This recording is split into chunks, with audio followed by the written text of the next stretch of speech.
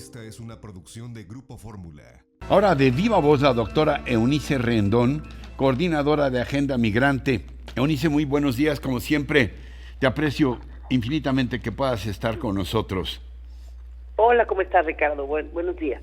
¿Cómo resumirías todas estas experiencias de los días recientes, la muerte de los migrantes en Chiapas que venían inhumanamente hacinados en un tráiler, este enfrentamiento de hace 48 horas con la policía de la Ciudad de México a su llegada a la capital?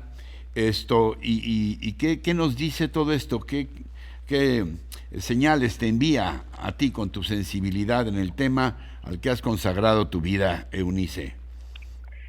Pues, Ricardo, creo que nos muestra algunas cuestiones que ya sucedían y que son de antaño, es decir, la muerte de los 55 migrantes más cientos de heridos en este tráiler o en esta volcadura de tráiler.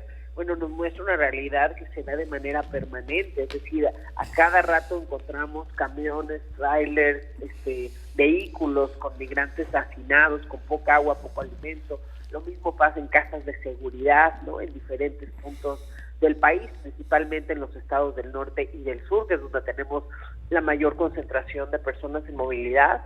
Y también, claro, esto fue más escandaloso por el número de personas fallecidas. Sin embargo, es algo que sucede también de manera cotidiana. Una y otra vez tenemos este tipo de noticias de rescate de migrantes. Y creo que la cuestión más importante también que deja al descubierto es cómo el tráfico de personas es un delito que en México, desafortunadamente, se comete en total impunidad. Es decir, no tenemos a nadie detenido emblemáticamente por este delito, por la complejidad que conlleva, por supuesto, también dar seguimiento a estos casos en la medida que el que denuncia es una persona en vulnerabilidad, que muchas veces tampoco quiere denunciar y que cuando lo hace, pues no quiere ir a ratificar por su condición irregular y en movilidad, etcétera, pero que por ello se requiere de una atención especial y focalizada de la Fiscalía General de la República, que la verdad no se ha metido en estos casos. Qué bueno que este en particular ya lo atrajo y ojalá que veamos resultados. Y bueno, también se creó este grupo especial anunciado por el canciller, lo cual yo veo muy bien, ¿no? Sí. Es algo necesario. Sin embargo, bueno, sorprende que no haya habido un grupo anteriormente para este tema, ¿no? De compartir información, inteligencia, hacer un trabajo conjunto, porque la corrupción en este tema de tráfico de personas empieza en los países de origen, pero también sucede en los países de tránsito y en los países de destino. Entonces esto va desde Centroamérica hasta Estados Unidos, pasando por México. Entonces el presidente mencionaba que pues nos sentía mucho que por qué Estados Unidos va tan lento en los programas de ayuda a Centroamérica. Y la realidad es distinta, es decir, los responsables son más, incluido México y el gobierno mexicano, y sin duda también hay que repensar, creo, las políticas migratorias también en México y en Estados Unidos, en el sentido de que estamos viendo mucho una política de contención en la frontera sur con la Guardia Nacional, etcétera, pero mucho menos vemos políticas de atención integral a lo que está hoy sucediendo. Sí se habla mucho de ir a las causas y eso, Ricardo, es muy importante. Sin embargo, de aquí a que logremos cambiar o modificar las causas que son estructurales y profundas, pues va a tardarse tiempo. Y todavía ni se inicia con eso, ¿no? Pero bueno, sí hay algunos programas en México ahí, pero no falta mucho más, digamos, para cambiar esas causas. Y por mientras tenemos que ver qué hacer con lo que tenemos ya de frente. Ahora, ¿es concebible que las organizaciones de polleros sean tan eficientes como para reunir de alguna manera 160, 170 migrantes, concentrarlos en un punto, subirlos a un camión y arrancar rumbo a la Ciudad de México, hacia Estados Unidos, y que nadie, ni los del Instituto Nacional de Migración, ni la Guardia Nacional, ni el Ejército, nadie se percate de ello? o estamos presumiendo, yo creo que con un buen grado de probabilidades, que siga habiendo este crimen organizado de trata de personas, que por definición de crimen organizado implicaría también la complicidad de autoridades, Eunice. Pues mira, sin duda el tráfico de personas tiene la complicidad de la corrupción de autoridades en todos los países, no solo en México, sino, como digo, desde donde salen los migrantes hasta donde quieren llegar. De hecho, pues el nuevo modus operandi, bueno, no nuevo, ya el modus operandi que ocupan estos traficantes, que además cada vez son más peligrosos, pues es por tramos o por trayectos, ¿no? Les cobran un cierto precio hasta cierto trayecto y una vez que los logran pasar, o ya que van a subirlos a la balsa o al mecanismo como los vayan a pasar a Estados Unidos, hay una nueva tarifa. Entonces un trayecto, es decir, una llegada a Estados Unidos te puede costar entre $5,000 y $15,000. Muchas veces no tienen todo ese dinero porque además lo piden, no es que lo tengan, lo piden a todos conocidos, de pronto juntan y una vez que llegan a veces tienen que seguir pagándole a estos grupos. Entonces sí y otra cosa importante, como cada vez hay más vigilancia en la frontera sur, lo que hacen también y lo que pasó con estos 166 migrantes, lo burlaron la seguridad por caminos más inseguros de la mesilla. Entonces todo termina en deterioro de los migrantes. Entre más seguridad haya, entonces los pasaron por goteo, por la parte de la mesilla, que repito es un camino más peligroso para ellos. Ya una vez que los pasaron, pues los llevan a casas de seguridad y de ahí ya los transportaron en el tráiler. Y efectivamente, bueno, nadie notó que en el tráiler había todas esas personas. Pero también los traficantes pues usan sus mecanismos de irse poniendo de la seguridad, siempre poniendo en mayor peligro a los migrantes.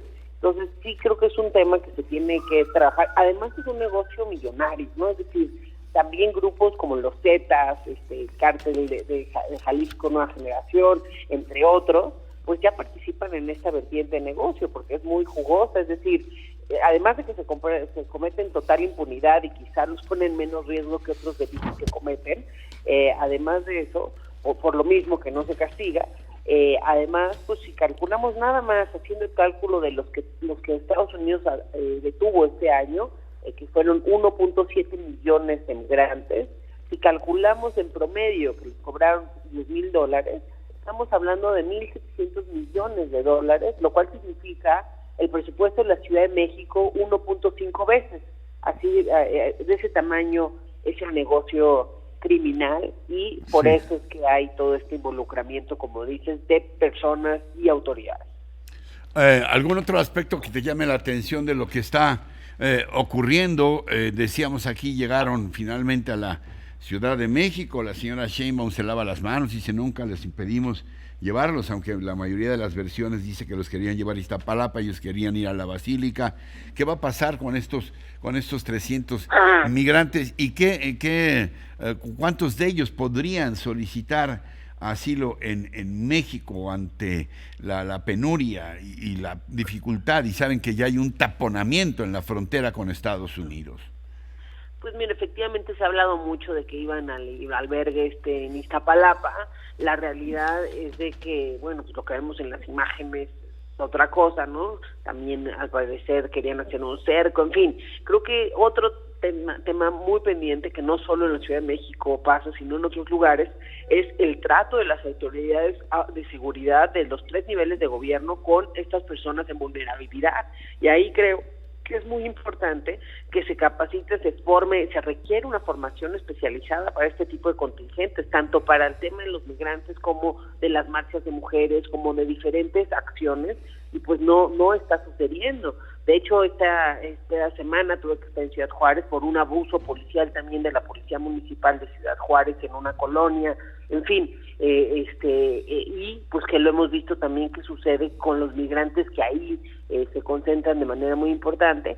Y bueno, por otro lado, el tema aquí en la Ciudad de México, que hay en cuanto a las solicitudes de refugio, muchos de estos que vienen en la caravana, Ricardo, son personas que ya han solicitado el refugio en México, en Tapachula, y que el problema es que llevaban más de un año sin que se resolviera sus casos, y ante esa desesperación pues tomaron esta caravana, que además se ha ido dividiendo en pedazos. Algunos de ellos ya se les dieron visas humanitarias, y lo que mencionaba quien lleva esta caravana es que querían llegar a la Ciudad de México y aquí sí van a aceptar esas visas humanitarias. Bueno, vamos a ver qué es lo que sucede, y en el tema del refugio pues hay que ver a quiénes sí cumplen con las condiciones, y además si los procesos se aceleran, porque tenemos en estos últimos años un 6,000% de aumento en solicitudes de refugio con el mismo presupuesto de hace 10 años. Entonces, la Comar y el titular de la Comar, que es la Comisión Mexicana para el Refugio,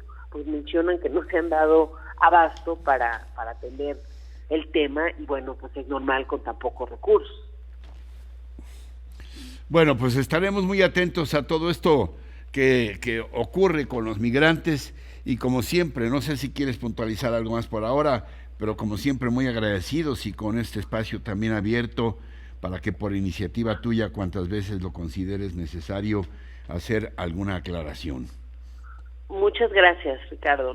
Creo que eso pone sobre la mesa el panorama que hay actualmente, una frontera sur con mucha concentración, una frontera norte igual, y yo solo destacaría que hay que recordar que el 80% de los migrantes de los últimos meses son núcleos familiares y también menores no acompañados, y eso tiene todavía una complejidad mayor. Como siempre, gracias, con mi admiración y cariño, Eunice, gracias. Hasta luego, buenos días. Bye. Eunice Rendón, coordinadora de Agenda Migrante. Encuentra más contenido como este en radioformula.mx.